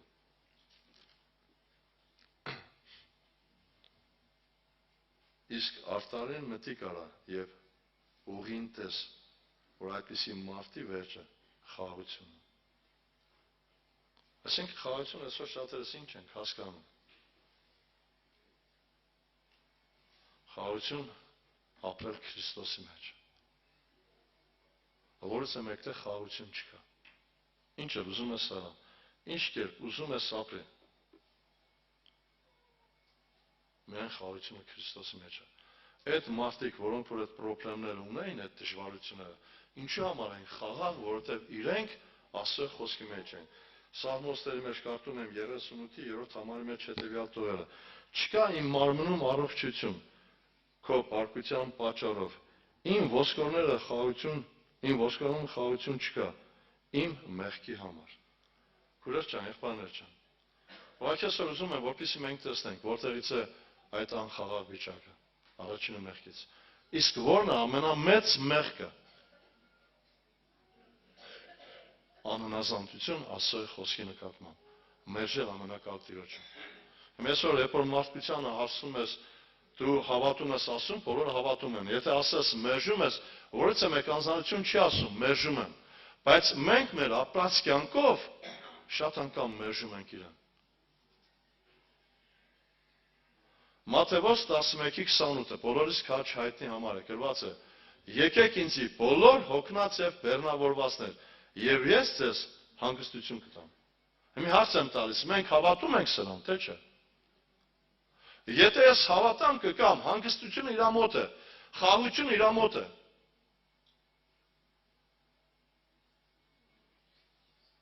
Թող Տեր օգնական լինի ինձ եւ քեզ։ Քուրս ջան, եղբայրներ ջան, չգիտեմ, այսօր նայում ես ժամանակահատվածը լրիվ փոխվել է։ Լրիվ խնդրեմ է։ Եվ ես կուզեի, որպեսզի մենք լուրջ ուշադրություն դարձնենք սրան։ Եվ հետևյալը, երբ որ խոսվում է խաղաղության վրայով, նաև անդրադառնում եմ հետևյալը. մենք խաղաղություն պիտի ունենանք բոլոր մարդկանց հետ։ Մեր կռիվ ում հետ է։ Քուրս եղբայրս։ Այդ խաղաղության վրա ուզում եմ լուրջ ուշադրություն դարձնենք։ Հռոմեացիս 14-րդ գլխում նայեք ինչ է ասում ամենակալ Աստված 17-ից 19 համարներում։ Որովհետև Աստծո առկայություն ուտելիք խմելիք չէ, այլ արդարություն եւ խաղաղություն եւ ուրախություն Սուրբ Հոգով։ Վասնզի նա որ սրանցում Քրիստոսին ծառայում է, Աստծուն հաճել է եւ մարդկանց գովել է։ Այսօր լինում է պարակա, երբ որ անձնավորությունը մարդկանց հետ խաղաղություն չունի։ Եվ անդրադառնում եմ Մատթեոս ավետարանի հետևյալ տողերին, ինչ էր որդորում Տեր Հիսուս Քրիստոս, գրված է մեր բոլորի համար, 25-րդ գլուխ 23-24 համարներ, արդ եթե սեղանի վրա մատուցանես քո ընծան, եւ այնտեղ հիշես թե եղբայրդ քո դեմ բան ունի, թող սեղանի վրա ընծան գնա հաշտվի, հաշտվել ինչ է նշանակում, խաղաղություն ունենալ։ Քուրս ջան, եղբայրներ ջան, այսօր երբ որ մենք նայում ենք շատ մարդկանց հետ, մենք խաղաղ չենք, հաշտ չենք։ Աստծո հետ հաշտ լինելու նախապայմաններից մեկը հետևյալն է, որ քո սիրտը մաքուր լինի, հաշտ լինես բոլորի հետ։ Պետրոսի թղթերից եմ կարդում, որտեղ որ ինքը Պետրոս առաքյալը ինձ եւ քեզ սորացնում է։ 3-րդ գլուխ 10-11 համարներն է, ինչ ասում Տիրոջ խոսքը, որովհետև ով որ կամենում է կյանք սիրել եւ լավ օրեր տեսնել, թող իր լեզուն չարությունից լուր պահե եւ իր շրթունքները, որ նենգություն չխոսեն, չարից ետ քաշիր, բարին արա, խաղաղություն որոնե եւ նրա հետևից կգնա։ Այսօր քուրս ջան, եղբայրներ ջան, մենք ապրում ենք երկրի վրա, ում հետ խաղաղություն պիտի ունենանք։ Նյութի հետ, թե մարդու։ Այսօր մարդը ունի պրոբլեմ մարդու հետ եւ ունի պրոբլեմ Աստծո հետ։ Եվ նաեւ ունի պրոբլեմ ինքը իրեն հետ։ Այսօր համար ուղղակի ուզում եմ, որպեսզի ես եւ դու կարողանանք տեսնել հետեւյալը։ Լինում է պարակա, ինչ են ասում, ինձ մարդը չի հետաքրքրում։ Սիրելիներ, Աստծուն սիրող մարդը, Աստծո հետ ապրող մարդը համ հաճել է մարդկանց եւ հաճել է Տիրոջը։ Կարդում եմ առաջի թագավորաց գրքի մեջ հետեւյալ տողերը։ Գրված է սա Սամվել մանուկի վրա։ Ուշադրություն դարձեք, մանուկ է։ Բայց ինչ է ասում ամենակալ Տիրոջ խոսքը այս երեխայի վրայով։ Առաջի թագավորաց 2-րդ գլուխ 26-րդ համար։ Եվ Սամվել մանուկը օրեցօր մեծանում էր եւ հաճել էր թե Տիրոջը եւ թե մարդկանց։ Աստծուն հաճելի լինող անձնավորությունը նաև հաճել է մարդկանց։ Կարդում եմ մեր Տեր Հիսուս Քրիստոսի վրայով Ղուկաս ավետարանի մեջ գրված հետևյալ տողերը. Ինչ է հորդորում ամենակալ Աստված ինձ եւ քեզ։ Երկրորդ գլուխ 52-րդ համար։ Եվ Հիսուսը զարգանում էր իմաստությունով, հասակով եւ շնորհքով Աստծո եւ մարդկանց մոտ։ Եվ այսօր Աստված ուզում է, որ ես եւ դու կարողանանք ամեն մեկի հետ հաշտ լինել, խաղաղ լինել։ Կա տարբերակ, որին որ ուզում եմ անդրադառնալ, հանկած խոսքը չհակասվի կամ ուրիշ ձև չնայվի։ Այսօր լինում է պարակայք, որ ունես մեկի հետ խնդիր, բայց քո սրտի մեջ դրված է հետևյալը խաղաղություն, մոտենում ես, ներողություն ես խնդրում, ճիշտ է, սխալ է, սա նշանակություն չունի։ Ամեն կերպեր օգտագործում ես, որպեսզի այդ խաղաղությունը չլինի։ Եթե այդ մարդը Աստծո մարդ է, խաղաղություն կլինի։ Իսկ եթե Աստծո մարդ չէ, Սատանան երբեք չի ուզում խաղաղություն տեսնել քրիստոնյայի կյանքի մեջ։ Սա ուրիշ տարբերակ է, բայց առաջին Աստված մեզ հաշտության պաշտոն է տվել, այդպես է թե չէ։ Իսկ հաշտ մարդը խաղաղ է։ Գաղատացիս թղթերի մեջ կարդում եմ հետևյալ տողը, նայեք ինչ ասում Պողոս առաքյալը ինձ եւ քեզ։ 5-րդ գլուխ 14-15 համարներն է, գրված է. Որտեվ բոլոր օրենքը այս մեկ խոսքն է կատարում, քո ընկերին քո անձի պես սիրե։ Բայց եթե իրար կծեք եւ ուտեք, զգուշացեք, որ իրարից չփեճանաք։ Քուրեր չան, եղբայրներ չան։ Այսօր համար մենք պիտի կարողանանք սա տեսնել։ Նորից եմ ասում, եթե ես հավատամ Աստծո խոսքին, որ ամեն բան Տերն է տալիս, թույլ տալիս, թե խաղաղությունը, թե դժվարությունը իրեն մոտ են, կամ Երեմիայի ողբի մեջ ասում է, ով է նա, որ ասի, եթե Տերը չի հրամայել։ Եթե սրան հավատամ, նաև կհավատամ հետևյալին։ Գրված է Եբրայեցիս 12-ի մեջ 6-րդ համարից. Տերը իրեն սիրածները կխրատե։ Նա ծեծում է ամեն որդի, որին որ ընդունում է։ Հիմա հարց եմ տալիս. ինչ եք մտածում, Աստված անմիջական պիտի ապտակ խփի մեզ։ Ինչով է խրատելու։ Ում միջոցով։ Մարդկանց միջոցով։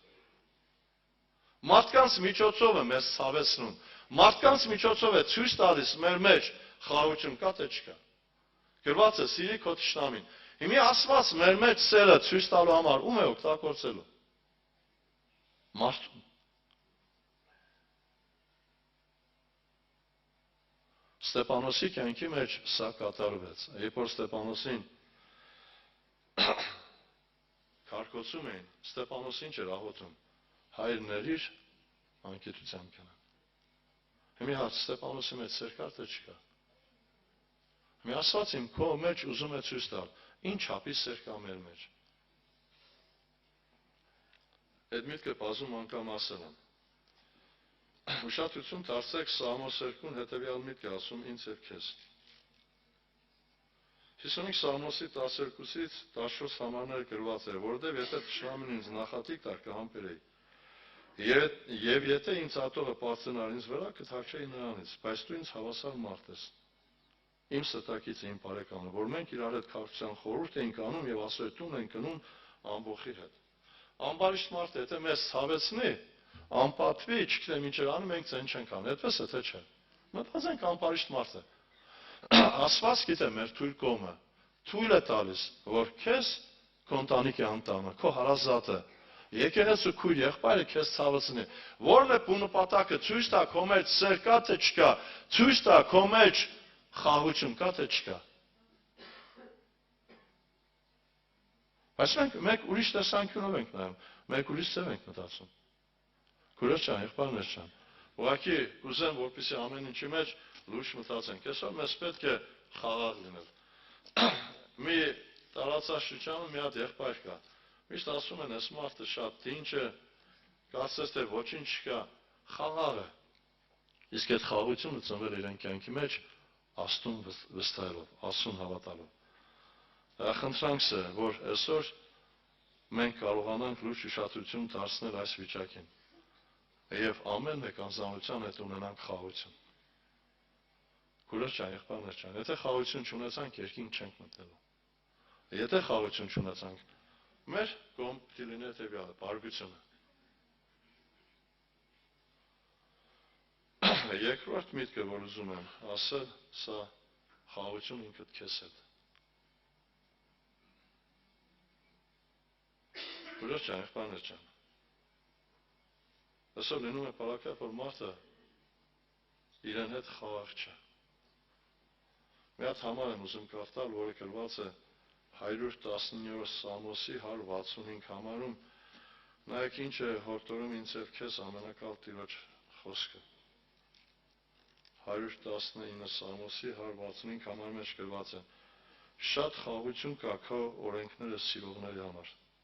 և կայտաղություն չկա նրանց համար։ Շատ խաղաղություն կա քո օրենքը սիրողների համար։ Հետաքրքիր է, ինչի եմ ես անխաղաղ։ Եթե այս համարը վերլուծենք, Աստծո խոսքն ասում է, շատ խաղաղություն կա քո օրենքը սիրողների համար։ Քո օրենքը սիրողների համար կա խաղաղություն։ Այսինքն, եթե խաղաղություն չկա, ես Աստծո օրենքը չեմ սիրում։ Դավիթը 119-րդ Սամոսի մեջ ուներ հետևյալ տողերը, ինչ էր ասում, որքան եմ սիրում քո օրենքը, ամեն օր նա իմ մտածմունքն է։ Եթե որևէ մեկ բան Աստծո օրենքը թողում ես, իմացած եղի, որ նաև թողնելու ես խաղաղությունը։ Խաղաղությունը Աստծո օրենքի մեջ է, Աստծո խոսքի մեջ։ Հեռացար Աստծո օրենքից, անխաղաղ վիճակ կլինի։ Սա համար խնդրանքս հետևյալն է, որ քույրս, եղբայրս, ես և դու կարողանանք լուրջ մտածել այս մասին։ Փիլիպպեցիս 4-ի 6-7 համարները սա մասին շատ անգամ խոսել եմ, ուզում եմ անդրադառնալ նորից այդ համարին։ Նայեք ինչ է սորացում ինձ և քեզ ամենակալ Տիրոջ խոսքը։ Ինչ պիտի անեմ, որ այդ խաղաղություն ունենամ։ Փիլիպպեցիս 4-ի 6 համարը այսպես է գրված. ոչինչի հոգս մի կանեք։ Այսինքն հոգս չի անում այն մարդը, որն ունի խաղաղություն, որը վստահում է ամենակալ Տիրոջը։ Իսկ այդ հոգս չանելը, որտեղից է ծնվում խաղաղությունը, շարունակության մեջ գրված հետևյալը. այլ ամեն բանում աղոթքով, աղաչանքով և գոհությունով ձեր խնդրվածները թող լինի Աստծուն։ Քույրեր ջան, եղբայրներ ջան, այս նախապայմանները մեզ պետք է։ Երբ որ այս համարները կարդում ենք, այս երկու համարի մեջ կա 3 վիճակ։ Առաջինը, պատվել է ամենակալ Տիրոջ կողմանը մեզ ամեն մեկից, ոչինչի հոգս մի կանեք, այսինքն խաղաղ եղի։ Այդ խաղաղությունը ունենալու համար պայմանը հետևյալն է, աղոթք, աղաչանք և գոհություն։ Հիմի հարց եմ տալիս, Հոբը իրեն խաղաղությունը կորցրեց, թե չէ, երբ որ երեխեքի մահ իմացավ։ Գրված է, Հոբը այդ դժվար կացության մեջ հետևյալն ասեց. Տերը տվեց, Տերը վերցրեց, Տիրոջ անունը օրհնյալ լինի։ Այսօր մենք հարց չենք տալիս Տիրոջը մեր ներկա վիճակի համար։ Այսօր ես և դու սա պիտի հասկանանք։ Ես իշքան անգամ օրինակ եմ տվել մեր Ադրինե քույրիկին ծերանոցը։ Հիմնադրամի ժամանակ, որ հյուրերը գալիս էին, տանում էի ծերանոց։ Մի հատ տատիկ մազերը կտրած տղու պես մի քանի գույնանի, վերջ արտաքինը լրիվ ուրիշ էր, ուրիշ եկեղեցուց էին։ Երբ որ մեզ մտան տեսան Ադրինեին, Շողիկին, Ռուզանին, Անժելային, այդ տատիկը նայելով Ադրինեն ասեց, իշքան մեղք ես, չէ, իշքան մեղք եմ։ Բարձրացան ասեց, թե Ադրինեին ով որ ճանաչում է, Ադրինեի շուրջ լեզվին ոսկոր չկա, ինչ որ մտքին կա կասի, ասես մեղքը դու ես, որ Աստված չունես։ Ադրինը ասեց, այդ ձև չէր կարելի։ Ինչ ասեց, ես այստեղ ձեռքեր ոտքեր չունեմ, բայց երկնքում ունեմ։ Եթե Աստվածին ձեռքեր ոտքեր տար, միգուցե ես Աստծուն չճանաչեի։ Քույրեր ջան, եղբայրներ ջան, ես հավատում եմ, որ այդ միտքը իրական է։ Հիմի հարց եմ տալիս, Աստված քեզ ոտք ձեռք տվել է։ Իշքան առավել ես Ադրինե քույրիկից։ Երբ որ անցնում ես աղբանոցի կողքից, տեսնում ես, որ մարդիկ այնտեղից հաց են հանում, շիշ են հավաքում, չգիտեմ ինչ են, դու Աստծուն փառք տալիս ես, թե չէ։ Հարցս ինձ և քեզ է, մենք կարողանանք աղբանոցից հաց հավաքել։ Աստծուն փառք չտաս սրա համար, չգոհանաս, որ քեզ այդ աշան չի թողե։ Ամեն բանում աղոթք, աղաչանք եւ գոհություն։ Ամեն բանում, այսօր ամեն բանի մեջ աղոթք անում ենք, աղաչանք անում ենք, գոհություն բերում ենք Տիրոջ առաջին, թե ոչ։ Այս դերից հետո շարունակության մեջ գրված է արդյունքը աղոթքի, աղաչանքի գոհության գրված է։ Եվ Աստծո խաղաղությունը, որ ամեն մտքից վեր է, կպապանե ձեր սիրտը, միտքը Քրիստոս Հիսուսում։ Այս կերպ է մարդու կյանքի մեջ Աստծո խաղաղությունը ձևակերպում։ Լինում է պարակա ասում են, վերջը հանգստացի, պրոբլեմ չկա։ Եղել է պարակա, որ մենք էլ ենք գնացել մարդուն հանգստացնելու, բայց խաղաղություն չի ձևակերպել իրեն մեջ։ Խաղաղությունը ծնվում է Աստծուն հավատալուց։ Քույրեր ջան, եղբայրներ ջան։ Իսկ ամենագլխավորը ասում ես պետք է Աստծո հետ խաղաղ լինել։ Քույրեր ջան, եղբայրներ ջան։ Իսկ Աստծո հետ խաղաղությունը ո՞րն է։ Հավատալ եւ համաձայնվել Աստծո ամեն մեկ կամքին։ Հռոմեացիս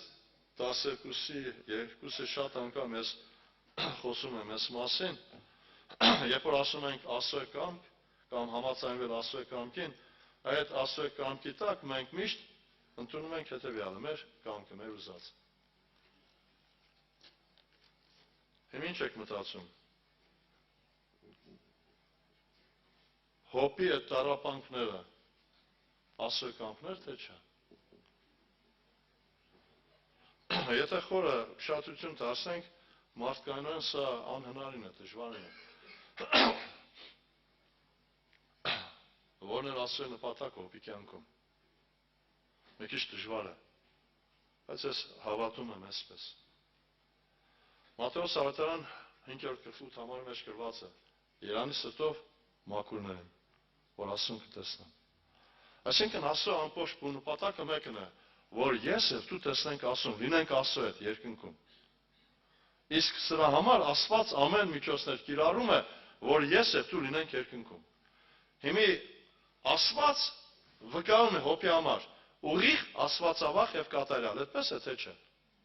Բայց երբ որ մենք նայում ենք 3-րդ գլխի մեջ, կատարյալ մարդը իրեն ծնված օրը կանեցի, 10-ը կարտացեք, 29-ը կարտացեք, 30 հոպի պրոբլեմներն են։ Որն էր այդ տառապանքների նպատակը, ինչու համար։ 42-րդ գլխի 5 համարի մեջ գրված է. Ականջի լսելով լսել եք քո մասին, բայց հիմա իմ աչքը տեսում է քեզ։ Այսինքն այդ բոլոր տառապանքների հիմքում ընկած էր մեկ բան, ամենակալ Աստված ուզում էր, որպեսզի հոպը իր հետ լինի։ Քուրեր ջան, եղբայրներ ջան, ես այսպես եմ մտածում, երեխաների համար Աստված ինքը պատասխանատու է, ինքն է պատասխան տալու, ինքը գիտե ինչ ձև է արել, կամ այդ երեխայի ընթացք ես չգիտեմ, բայց ես հավատում եմ մեկ բան, որ ամենակալ Աստված ամեն բան կիրառեց, որպեսզի հոպին տանի իրեն մոտ։ Հոպը հասկացավ սա, 42-ի 3-րդ համարի մեջ ինչ էր ասում։ Աստված ինձ հրաշալի բաներ կներ, բայց ես չի հասկանում։ Թող Տեր օգնական լինի մեզ ամեն մեկից։ Այսօր խնդրանքս հետևյալն է, որ ես եւ դու իրոք հաշտ լինենք Աստծո հետ, խաղաղ լինենք։ Ինչ որ Աստված անում է, բարի է։ Սա ես պիտի հասկանամ։ Եվ Հռոմեացիս 12:2-ը շատ անգամ ասել եմ սա։ Մենք երբ որ ասում ենք Աստծո կամք, բոլորս միանշանակ արտաբերում ենք հետևյալ միտքը. Աստծո կամքը բարին, հաճելին, կատարյալն է, բայց ավետարանը այսպես չի ասում։ Մի կերպարանվեք այս աշխարհի կերպարանքով, այլ նորոգվեցեք ձեր մտքի նորոգությամբ, որ դուք քննեք, թե ինչն է Աստծո կամքը. բարին, հաճելին, կատարյալը։ Հիմա եթե ինձ էր քեզ հարցնեն հոպի տառապանքը կամ Աբրամի զավերությունը կամ մնացած քույր եղբայրների տառապանքները, բարի կհավատանք, որ բարի է։ Բարի երբ որ ասում են, մենք առաջին միտքը ընդունում ենք այն խաղաղությունը, որը մարդկայնորեն է, որ մեզ կողեն, մեր սրտի ուզածը լինի, մեզ առաջի տեղը տնեն, մեզ հարկեն պատվեն, սա չէ բարին։ Բարին Քրիստոս հետ ապրելը։ Բարին Քրիստոս կյանքը ունենալն է։ Հիսուս եկավ աշխարհ, ամենակատարյալ եւ սուրբը